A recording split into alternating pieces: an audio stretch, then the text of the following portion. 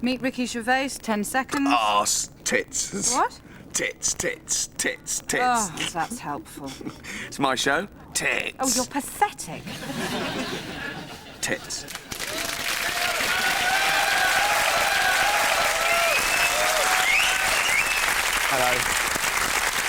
Hello.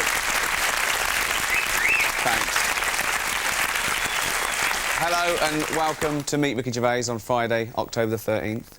So, this week, the government announced that they're going to pour £60 million into sex education. Specifically, teachers telling kids that it's OK to be a virgin. Right, that's going to work, isn't it? All teachers are shit, I've told you before. And anything they say is uncool, by definition. The only sex education we got in Reading was teachers putting on an old film while we sat at the back, watching, laughing at the naked man with the beard. He was a weird teacher, Mr Grant, but he likes to do... he likes to do class to the nude, that's up to him. And he didn't do all the usual stuff you normally get with sex education about wooing a woman, then falling in love, then getting married and then having sex. No. He used to jump straight to, at the end of the day, who wouldn't want that up 'em? Am I wrong, lads? He did teach us some good things, though. He taught us that cats have 9 lives, which makes them ideal for experimentation. Then you get all these bleeding hearts going, oh, help save the laboratory animals. Please give generously. I'm not going to give them rabbits or beagles any money. All they do is spend it on cigarettes and shampoo. Anyway, sex education. You see, a good source of sex education used to be Channel 4 with those red triangle films. You knew what to video, didn't you? Pink triangle, be more than that these days. But anyway, Channel 4 have given us one thing. Carol Vorderman. No, she's a good role model for sex education because she showed us that women can have beauty and intelligence. And even my mate Binksy, who's a bit mental, said that he was attracted to her intellect. Didn't use those words, he said he'd like to shag her brains out. But didn't use those words either. Anyway, I'll ask Tony Green off Bullseye how many times he's done it. 180!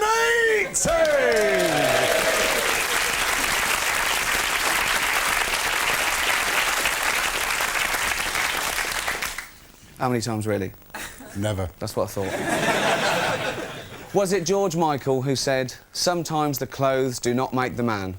Well, he also said, do it quick, mate, sometimes there's plainclothes coppers around here.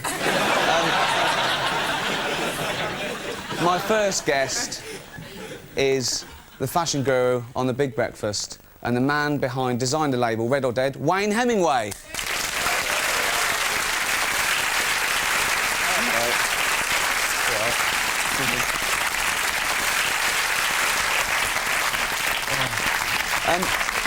Now, what do you think of that new Marks and Spencer's ad for fashion?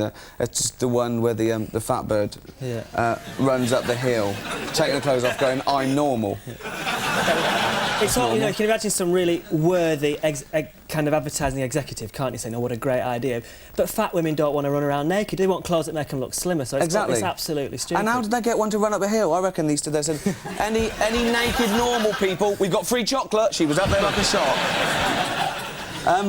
What do you think of CNA closing down? It's sad, isn't it? I know. It's really sad. That's, you know, it's one of my... I love pensioner chic. You know, that's my style. Look, old fellas' clothes and old women's clothes are what I'm into. And the kind of God place of it's going. I know. Do you think they've finally discovered that there's not a lot of need for skiing equipment all year round?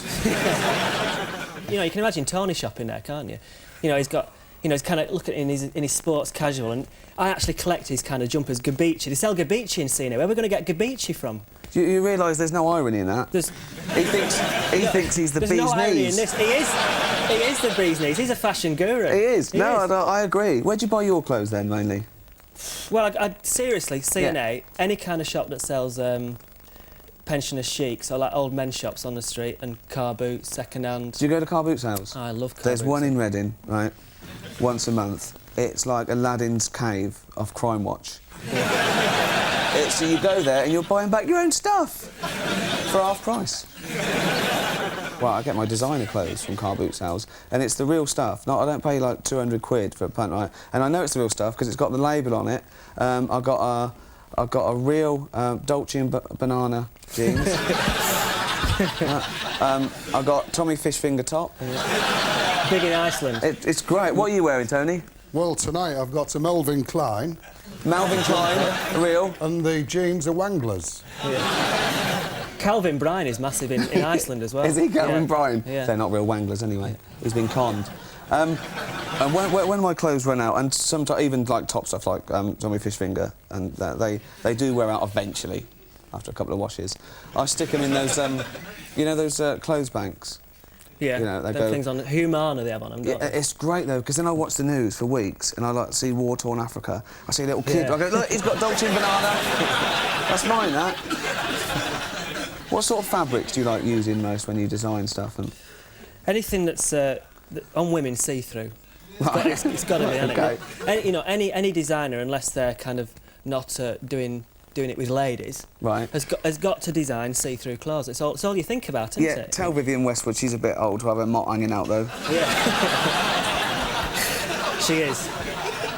That's horrible, isn't it? I'm sorry about that. I used to like, when I was growing up, snakeskin, because I really liked sort of cowboy fashion. And I remember, it's a true story, when I was about 8 or 9, my sister and boyfriend then took me out like into the woods with a dog and we were running around, and I found a snakeskin, a shed skin, Yeah. and it was beautiful, it was immaculate. And I thought I wanted to take it home, and they'll go, no, you can't, it's got diseases, and then I realised that my sister was actually scared of it. So I started chasing her with it, and eventually I left it. And then about 10 years later, I was at home with a few mates that had come round, and I was teasing her with this story, and she decided then to tell me that I'd been running around with a used condom. God. Good job I didn't drink the poison. What's the most fashionable country in the world? Because everyone goes on about Paris and London. What do you think is the most... Well, the coolest country's got to be Greenland, hasn't it? Yeah. There's no doubt. There's no question of that. Yeah. And, I mean, definitely England is the most... Well, Britain is the most fashionable place, but it's a very small amount of people that are fashionable. But it's always Western countries, isn't it? What about like underdeveloped third world countries? Like there's a tribe of Indians in the Amazon basin, and they're naked except they tie their cock with a bit of string. Sounds good. You know what I mean? That is fashionable, yeah. Yeah, that's got to be. It'll be in next year, won't it? Yeah, well, I think of them sitting round. Yeah, everybody in London walking around like that, nothing apart from their cock tied around their waist. Yeah, but I think of them in the jungle with like Polaroids going, look at you there. Oh, look how low you're wearing your cock. It was the 70s. Leave me alone. There's not a lot they can do with it. And also, what's those ones that they stretch their lip with its wood out that, and it comes like that. Someone comes in and goes, small lips are, and they go, oh fuck. What about cross-dressing? I don't mean the sort of like the Beckhams that wear sarongs and I mean like those builders that hit sort of 55 and then go on Kilroy in a dress and go, I've never been so comfortable. You know, his teenage daughter's going, kill me. Kill me. You're lucky if he shaves. This could be you. Yeah, exactly, yeah. You're sounding I've got a few boys and I go, oh, it's the air, it just goes around, it's lovely. But the gay transvestites are all right, they make an effort, like, you know, RuPaul and Dana International, Julie Goodyear. He's let himself go, but he made an effort once.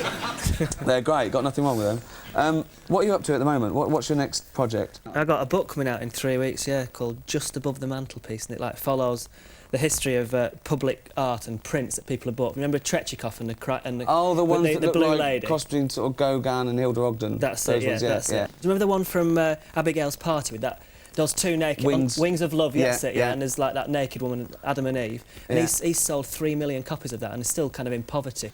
And it's all stuff like that in the book? Yeah, and it finishes up with Athena and that kind of, you know, where like a telephone mutates into a sexual object and then the woman holding her arse when she's playing the tennis woman and all that kind of stuff. Yeah, it's all... There's a history of that.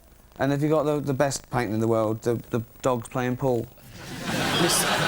That's brilliant, though, It is. My son actually collects them, and they're worth a fortune. I should think so. What's the chances of walking past and there's some dogs... unless he faked it. Right. Unless he faked it, he got stunt dogs and they, like posed them, and that's not so good. I was thinking about and doing what, you know, like entering the new sensation or the Apocalypse exhibition, like Damien Hirst, and doing human dogs playing snooker. So you'd have an installation of like Dawn people... French. Yeah, that's it. It's true, yeah. Sorry. You'd have all famous people with dogs' heads on playing snooker. Yeah. I think that's art, isn't it? Well, it's been a pleasure talking to you. Ladies and gentlemen, thank you, Wayne Hemingway. Cheers.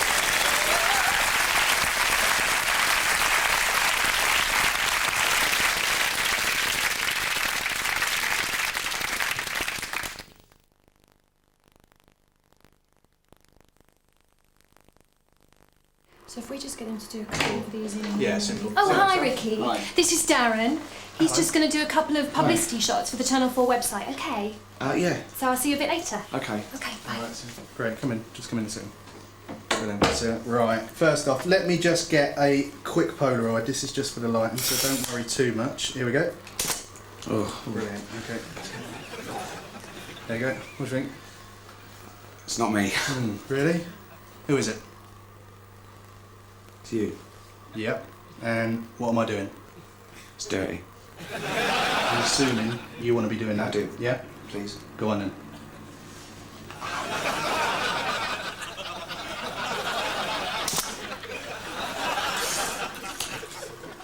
You gonna show people that? Yeah. Something in the wardrobe? Are you even a real photographer? Of course not. Now get out.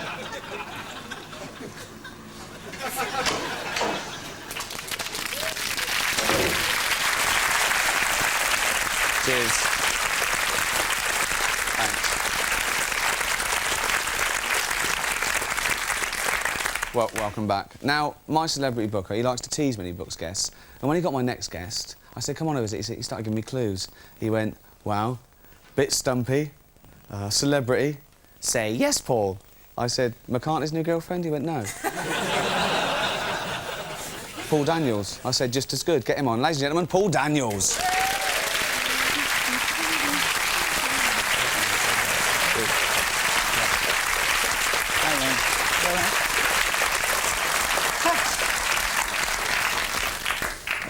Thanks for coming on, Paul. Very nice. Now, you started off on Opportunity Knocks, didn't you? I went on Up Knocks. I was invited to go on, which was... I didn't audition, I was invited. Told I was going to come second, and I did. Really? Was it fixed? I'm not saying it was fixed, but... You are? All I'm saying is the clapometer. They had this gadget called the clapometer. The clapometer was a box about this long, what you saw, but about this long for real, and there's bungees at that end, and the fella on this end with a bit of string kept pulling it along to this list he had in his hand, you know. So it wasn't Really? electronic at all. Did you do kids entertaining when you were going through the ranks at all? Somewhere down in Newquay, somebody's got a board about this big with Uncle Paul at the Cosy Nook Theatre, Newquay. Oh, what was that? That was you? That was me, on the afternoons when it rained. Really? Whoop the kids off the beach, get in there, entertain It's them. illegal now, isn't it? Yeah. Yeah, but it was... See, and they shouldn't spoil our fun like that, should they? No, but, my granddad, Charlie, used to... It wasn't a real granddad, he was just an old guy who used to come round, like, to entertain the kids. He did magic. He had a magic hat and a rabbit, and he'd put the magic hat on his lap, and he'd let us feel the rabbit. Didn't have any fur. No. Or ears. But, I mean, I don't know what happened. I think my brothers and my dad burnt his house down. But... Do you think variety still has a place today? Variety hasn't changed at all. I mean, it's, you know, you get Where's the variety in that? Well, Sorry. you get the codgers, you know. Get the codgers who say, oh, it was better in the old days with all the variety. And what have we got now? We got pop stars, we got comedians. Nothing's changed. This business just goes round and round. It doesn't change. Like plates. Now, come on, plate spinners. What's the point of them? It's like those people that get in the Guinness Book of Records for balancing a milk bottle on your head. And you want to go, well done, but you're the only one that's tried. It's sort of like, 8 years, get a life. It's like me when I watch all these chat shows. Yeah, all right. Anyway. No, but I do think sometimes I watch chat shows, you know, and they find some strange sexual perversion that we've all got. And I think, well, what's the point of talking about that, you know? Go on, like what? The first few months when you were going out with Debbie McGee, and she said, Paul, you haven't had a haircut for as long as I've known you. Did you go, no. now that's magic, or did you go... No, when I tell first her? started going out with Debbie, everybody was suddenly so young in show business. Man, you know, they were coming out of the woodwork. There was Lena Zabaroni and Bonnie, who lived just up the road here, and they were all... Blue Peter Dog? No, Bonnie Langford. Oh, right. And, That's what I meant. And they're all so like kids, and I'd just come into show business when I was 30. So I was about 32, 30. I thought, well, I best do something about it. So I put the rug on. Now, your magic show, I remember that, what was it called? Well, it's very difficult to remember. It's Go on. Paul Daniels' magic show. Now, all I remember about your magic show was you dressing up as a little old Chinaman. You're not Hannibal Smith from the A-Team, are you? Because that's the outwitted, like, the American army. You didn't used to dress up as a little Chinaman? Oh, once. I don't remember his name. Excuse me, I've made over 600 TV shows, and I did one, because the guy got shot dead on Wood Green Empire. We found out the fellow that shot him dead... Quick, dress up as a Chinaman, it wasn't me. No, Chung Ling Soo. And he got shot dead, Wood Green Empire, and we found out the old guy was still alive that shot him. So I invited him to have a shot at me. And we did. Really? And that's the only show you remember out of 600. OK, right. It was a good one. You did, actually, you did national service in Hong Kong, didn't you? Is that where you got the outfit? Yeah, 57 to 59, yeah. Isn't that good? Great. I really enjoyed my time in the military. I imagine you going up to all those little Oriental fellas and going, pick a card. Cheap. Very good. Good gag. But it's, I'll use that. And It says in your book, you actually lost your virginity in Hong Kong, or your first... on the roof. Really? Yeah. The whole town was full of these girls wearing Chung Sam slit up to here, you know. And you would walk around, you know, you're a young guy, and they're drooling. But they were all for sale. Blowjob, please. It works twice. It works twice. Now, you're a member of the Inner Magic Circle, aren't you? How many's in that, then? Just you and Ali Bongo, or is there... No, I mean, there's not a lot in the Magic Circle, is there? It's So the such a Inner Circle... secret- No, yeah. Now, it's such a secret society, none of us actually know who the other members are. Really? And that's how secret it is. Really? You Now, don't believe that. I remember Faye Presto, who's the... she's a magician. She was born a man, and she had a sex change. And in all the prejudice in society, the Magic Circle said, no, we acknowledge her, she is definitely a woman. She can't come in, it's a men-only club. No, but they didn't let her in, did they? Because she was a woman. That's right. And they said... She was a member when she was a he, Oliver. Right. And he was a member. And when he apparently lost his member, he wasn't. Members only. Yes, Right. members only. Where to fly. But, It's got to be attached. Yeah. But Faye then, when, well, guys like me fought for women to go in, was back in as a member. Why not? And She's a lovely lady. Big hands. and a good magician. Yeah, good magician. Well, she was good bound to be, being born Faye Presto, you know what I mean? She was destined. Her sister, Deborah Gadabra, didn't do as well. Now, it's not the only thing I remember about your show, actually. I don't know if that was the magic show, but that stunt you did when you were in a crate and Jackie Stewart had to drive through it. Oh, yeah. That was a good trick. That's amazing. I got fastened in a sack in the box, and the crane picked that up, put it in the middle of Silverstone racetrack, and then Jackie, as that's going there, runs across, puts his helmet on, jumps in a car, an RS200, and drove it round the track, and comes back and smashes through the crate. Because the flag went up that it was in trouble, and I remember Mike Smith going, oh, there's a problem, and you didn't tell him about it, did you? Well, Mike was the only one we hadn't told, and the car smashed through the crate without me getting out, pulls to a halt. I get out and take the helmet off, that's me, and Jackie was driving the crane, and Mike was going to the cleaners with his trousers. I know. Come on, tell us how you did that trick. No one will know. No one will tell anyone. How did you do that trick? Beautifully. Right? I didn't think you'd tell me, but I'm going to bring out the most hated man in magic, the masked magician. Oh, no, not the masked magician. Thank you. Thank you. Thank you, Ricky. All right, masked magician? I am, yes. Right. Masked magician. How did Paul Daniels do that trick? Well, I watched it very closely, and there's only two ways it could have been done. Go on. One, it was real magic. Yeah. The other, it could have been some sort of trick in that. Damn, I hate you. Thanks, the masked magician. Ladies and gentlemen, Paul Daniels.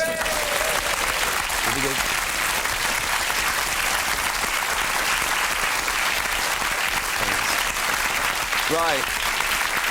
Thanks. Now, I haven't just got you two here for a chat. I want you to test my new game show. Every week I invent a game show. And a bit embarrassing this week, because this week I've invented Every Second Counts. Right then, let's play Ricky Gervais's Every Second Counts.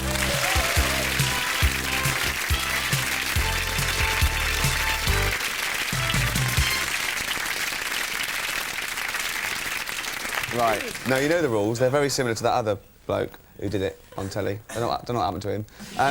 2 rounds. First you've got to put out 6 lights. OK. What do you want to do first? Biology or euphemisms? Euphemisms. Euphemisms.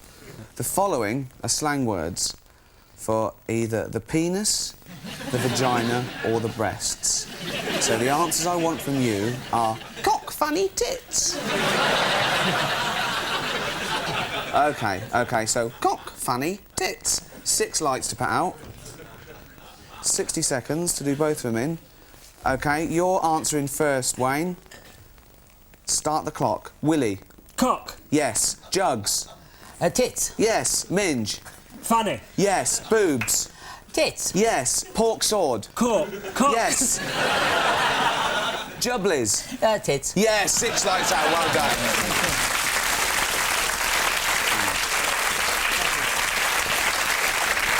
Well done. Are there 2 prizes? OK. No, you're playing this together. We don't go on holiday together, No, do we? you don't have to do that. No, it's not quite a We both holiday. get to share Debbie McGee. Oh, that's all right, then. Steady on. That's his wife. Are you going to stand for that? He accepted it. Yeah, no problem. OK. As long as I go first.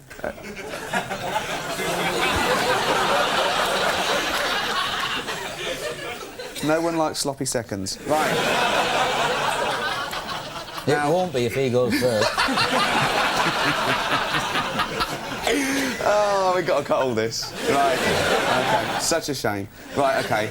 The remaining category is biology. OK, 7 lights to put out.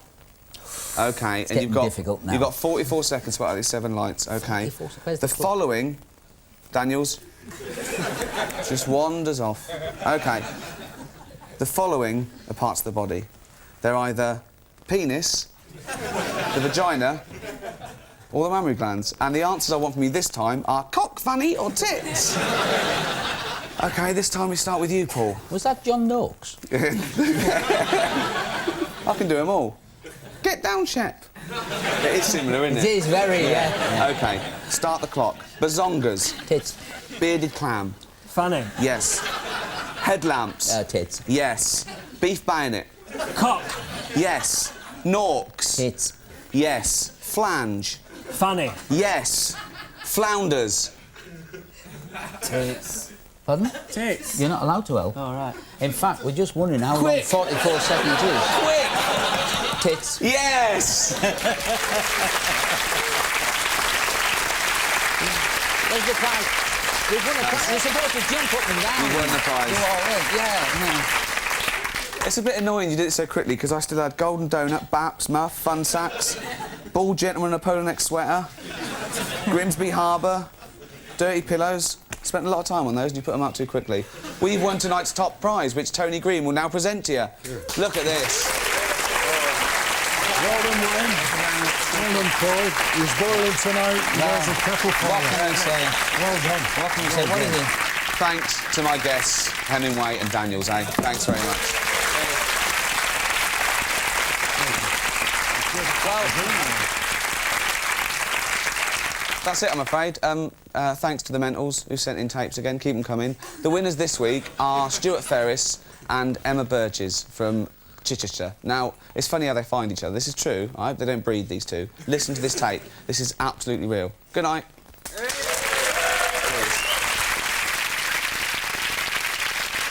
Would you like to brush my hair? Not that hair, but the hair down there. Would you like to brush my naughty hair? Yes, you would. Yes, you know you fucking would. Would you like to brush my hair? Not that hair, but the hair down there. Would you like to brush my naughty hair? Yes, you would. Yes, you know you fucking would.